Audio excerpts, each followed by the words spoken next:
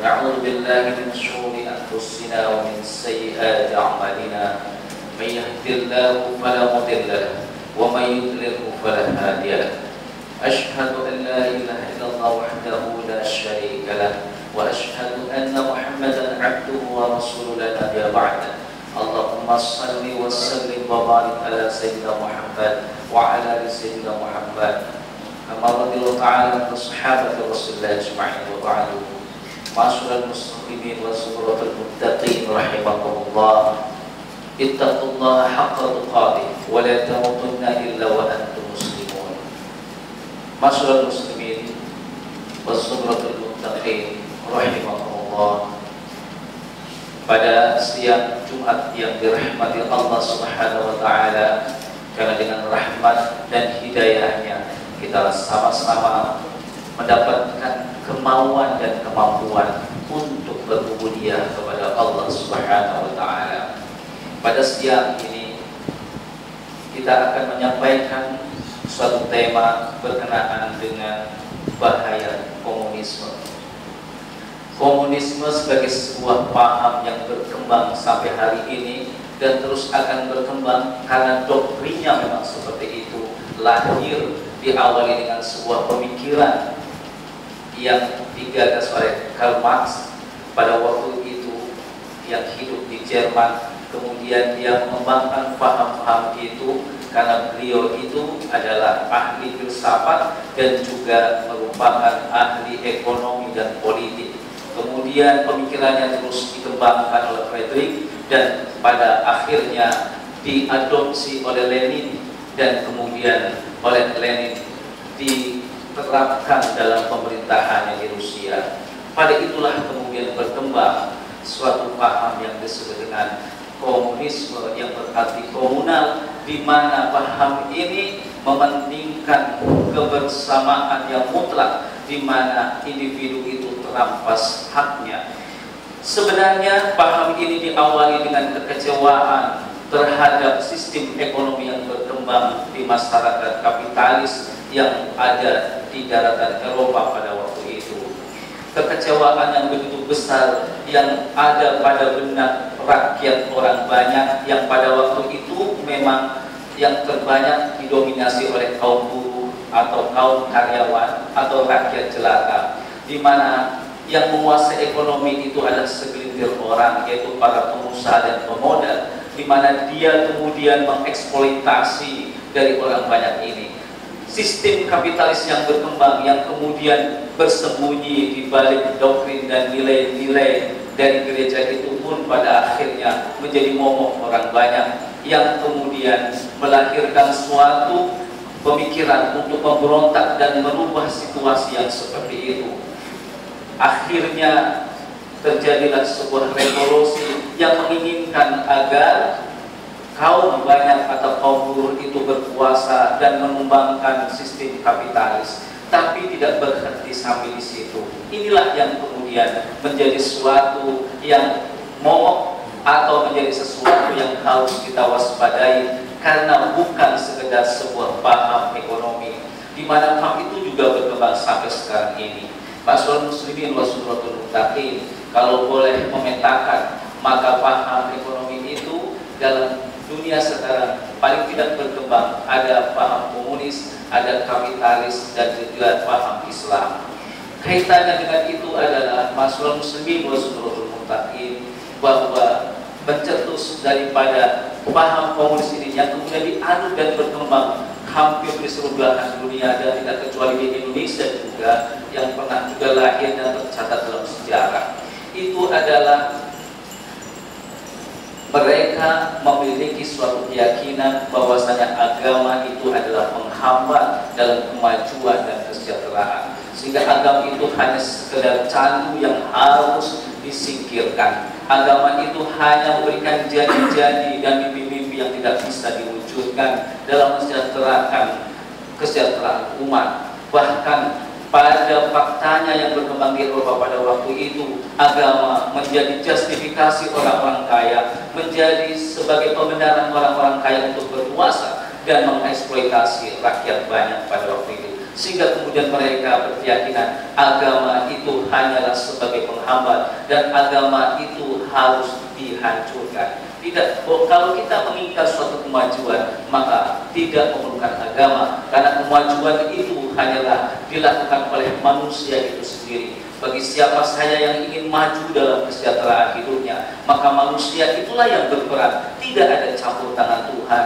Ini merupakan sebenarnya suatu keputusasaan atau suatu refleksi dari orang-orang yang melihat pada waktu itu di mana agama dijadikan doktrin, yaitu nilai gereja pada waktu itu, yang kemudian akhirnya menjadi sebuah keyakinan bahwa agama itu tidak diperlukan dalam kehidupan manusia, sehingga kemudian mereka menganut suatu paham ateisme. Padahal kita ini adalah makhluk yang diciptakan Allah, dan dalam diri kita ada unsur ketuhanan yang memang kita hanya harus menyembah Allah Subhanahu wa Ta'ala. Bahkan para nabi yang diutus pada Allah Subhanahu wa Ta'ala, apakah yang diceritakan dalam Al-Quran ataupun tidak diceritakan dalam Al-Quran, mulai dari Adam, bahkan Isa, kemudian Muhammad yang kita anut ini, semuanya pada prinsipnya adalah memperkenalkan dan mengajarkan kepada kita sebuah akidah yang lurus, bahwasanya Allah itu adalah satu, Rabbun, yang harus kita tauhidkan. Dengan demikian maka inilah yang menjadi bahaya bagi umat dan generasi kita ketika kita melihat ada perkembangan yang disebut dengan ideologi komunisme itu, yang tentunya akan meracuni dan bisa menjadikan kita keluar atau generasi kita menjadi orang-orang yang tidak beragama. Oleh karena ini, Islam memiliki kepentingan yang besar untuk tetap bagaimana kita terus mengajarkan dan mengajarkan kepada anak-anak kita dan generasi kita tentang akidah, di mana ini salah satu menjadi penghambatnya. Seperti yang tadi disampaikan pada awalnya, komunisme itu hanyalah sebuah aliran dalam ekonomi yang melawan kapitalis yang dianggap tidak berkeadilan. Nah, dalam kaitannya dengan ekonomi itu, Islam itu berusaha menjadi wasaton, berada di tengah.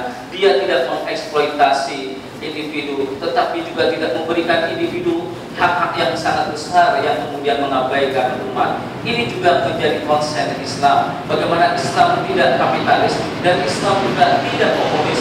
Islam memanusiakan manusia.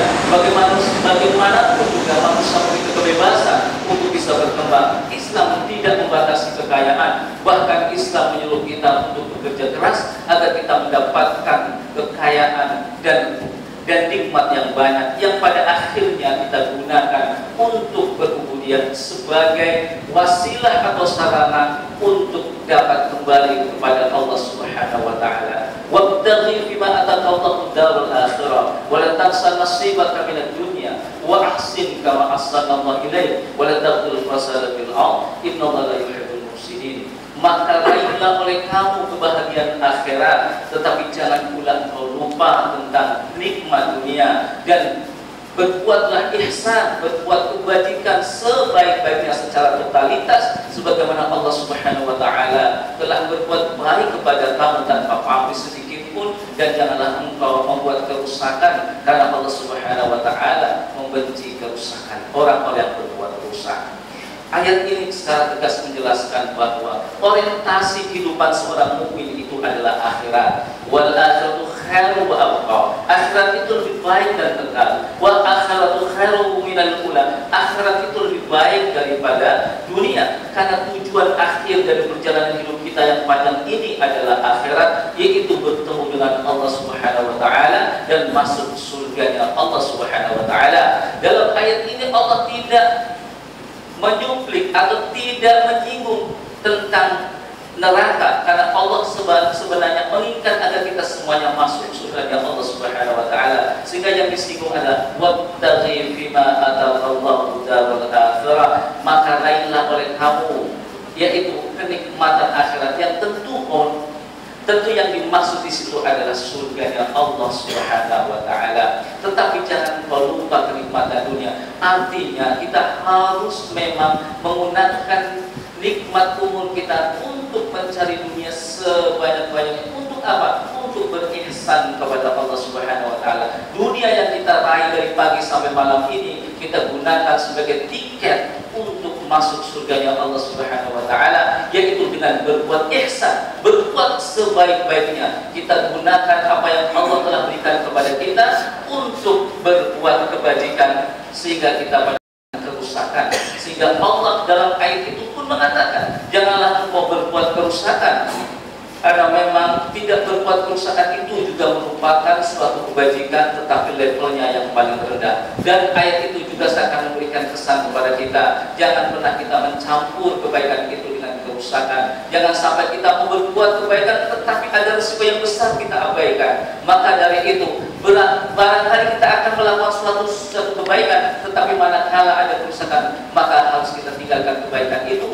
daripada kita mendapatkan kerusakan yang lebih besar. Ini menjelaskan kepada kita bahwa kita juga disuruh untuk mencari dunia, karena memang Allah juga menciptakan dalam diri manusia itu kecenderungan untuk mencintai dunia. Zuyina lin-nasi hubbush shahawati minan nisa'i wal banin wal qanatir minal qatarati wal qalil musawwamati wal 'anil harth dzalika mata'ul hayatid dunya wallahu 'inda husnul ma'ab. Bahwasanya telah dihiasi, Allah telah menghiasi dalam pandangan manusia itu kecintaan terhadap apa-apa dari para istri, anak-anak, dan juga harta yang banyak, harta yang berlimpah dari berbagai macamnya, apakah emas dan perak, kuda pilihan, ternak, dan juga sawah ladang. Semuanya itu bentuk dari kekayaan dan dunia. Sehingga memang dalam diri kita ada kecintaan terhadap dunia, tetapi jangan sampai kecintaan terhadap dunia itu merupakan kita untuk lebih cinta kepada Allah Subhanahu wa taala dan lebih cinta dengan kehidupan akhirat yang merupakan kehidupan kita yang sesungguhnya. Oleh karena itulah maka Allah juga mengingatkan dalam ayat itu bahwasanya apa yang di sisi Allah itu surga itu lebih baik dari apa yang kita perjuangkan di dunia ini, apa yang kita dapatkan di dunia ini. Dan bagi kenikmatan yang mungkin tidak bisa kita hitung karena saking banyaknya harta yang kita miliki, tetapi tetap saja kebahagiaan di sisi Allah yaitu surga itu lebih baik. Ini mengisyaratkan agar kita jangan sampai hidup materialisme. Karena apa? Ini juga menjadi ujung. Hubbud dunia itu merupakan ujung daripada paham-paham yang dikembangkan itu.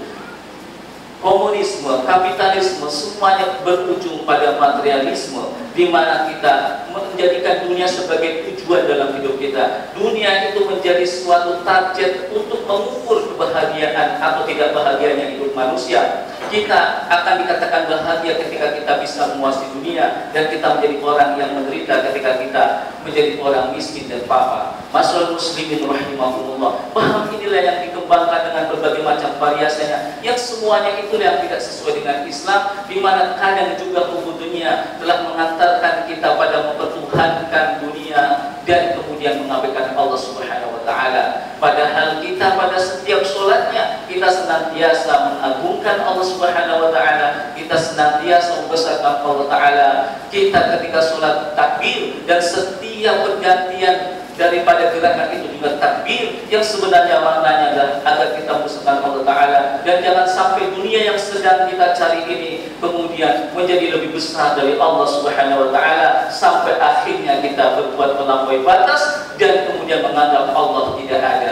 Paham inilah yang harus kita waspadai, di mana komunisme itu mengajarkan bahwa tidak ada Tuhan, tidak ada campur tangan kekuatan Tuhan dalam kehidupan manusia, tidak ada Allah dalam kehidupan ini. Itulah yang akan membahayakan akidah kita dan generasi kita, yang harus kita ajarkan kepada anak cucu kita. Jadi persoalannya bukan pada persoalan merupakan aliran ekonomi, tetapi juga telah merambah kepada suatu akidah atau agama. Masyaallah muslimin rahimahumullah, bagaimana kita akan kafir kepada Allah Subhanahu wa taala, akan tidak memuas, akan menolak Allah Subhanahu wa taala, padahal kita itu dulunya dimatikan oleh Allah Subhanahu wa taala. Kaifa takfuruna billahi wa kuntum amwat wa ahyaakum tsumma yuhyikum tsumma yumitukum tsumma ilaihi turja'un. Bagaimana engkau akan kafir, bagaimana engkau akan mengabaikan Allah taala dan tidak menganggapnya tidak pernah ada dari kehidupan kita, padahal kita dulunya tidak ada. Dunia kita mati, kemudian kita dihidupkan oleh Allah Subhanahu wa taala, kemudian akan dimatikan dan akan dihidupkan lagi dan akan kembali kepada Allah Subhanahu wa taala. Jadi intinya adalah bahwa Islam mengajarkan kita agar kita mempersiapkan dunia kita untuk akhirat kita. Jangan sampai kemudian menjadikan dunia itu sebagai tujuan dalam kita menjalani kehidupan Allah Subhanahu wa taala. Kehidupan yang Allah berikan kepada kita, karena sesungguhnya kehidupan yang terbaik itu adalah kehidupan yang ada di sisi Allah Subhanahu wa taala. Barangkali istilah poinnya kenapa kita kemudian harus waspada dengan bahaya komunisme yang mengajarkan tentang ateisme itu, di mana kita diajarkan dari Nabi Adam sampai Nabi Muhammad untuk mengajarkan tauhid, bahwasanya adalah Allah adalah Rabbun, Allah itulah yang menciptakan kita, Allah yang mematikan kita, Allah yang memberikan segalanya, dan Allah yang mencabut apa yang kita miliki sampai nyawa kita pun Allah yang memilikinya. Oleh karena itulah maka kita harus tetap istiqamah dalam akidah kita. Kita harus tetap memurnikan akidah kita kepada Allah Subhanahu wa taala, karena itulah bekal kita untuk dapat menghadap Allah Subhanahu wa taala tanpa kita kemudian meninggalkan dunia kita. Kita harus bekerja keras untuk mendapatkan kemuliaan, karena Allah juga berfirman, wa qul i'malu fasallallahu amalakum wa rasuluhu wal mu'minun wasaturaduna ila alimil ghaibi wasyahada wa yunabbiukum bima kuntum ta'malun. Masyaallah muslimin rahimahullah. Maka katakan kepada semuanya, wa qul i'malu, maka katakan dan bekerjalah, berbuat baiklah kalian, niscaya Allah Subhanahu wa taala, kemudian Rasul dan para orang-orang mukmin akan menyaksikan pekerjaan kamu. Jadi Islam itu mengajarkan kepada kita agar dalam setiap kerja kita itu kita merasa selalu diawasi. Ada CCTV yang melekat dalam kehidupan ini. Tidak perlu ada mandor, tidak perlu ada manajer sebenarnya dalam kehidupan kita. Kalau kita merasa bahwa kita selalu diawasi, orang yang dalam bekerja selalu merasa diawasi, tentu dia akan berbuat pekerjaannya dengan semaksimal mungkin, dan pasti akan menjadi seorang pekerja yang profesional dan menghasilkan suatu produk kerja atau karya kerja yang sangat maksimal. Dan itulah yang dihendaki oleh Islam, yaitu kita untuk berihsan kepada sesama manusia. Masyaallah muslimin rahimakumullah. Barangkali ini sedikit yang bisa kita sampaikan. Mudah-mudahan kita bisa memahami komunisme itu bukan sekedar paham yang berkenaan dengan sosial atau persoalan ekonomi saja, tetapi juga berkaitan dengan akidah yang memang dikembangkan oleh penggagasnya, bahwasanya agama itu adalah candu dan agama itu hanyalah sebagai penghalang untuk kita maju dalam kehidupan ini, sehingga kita hidup ini tidak memerlukan agama. Disitulah poin yang terpenting yang harus kita catat dan harus kita jaga akidah kita, khususnya anak-anak kita, di mana mereka akan bergerak dalam berbagai macam bentuk dan macamnya yang kemudian menyebabkan kita terlena, dan seakan-akan itu hanya sesuatu aliran dalam sosial yang biasa, padahal itu akan merusak akidah dan juga Islam itu sendiri. Waqtabiru ya bil absar ta'ala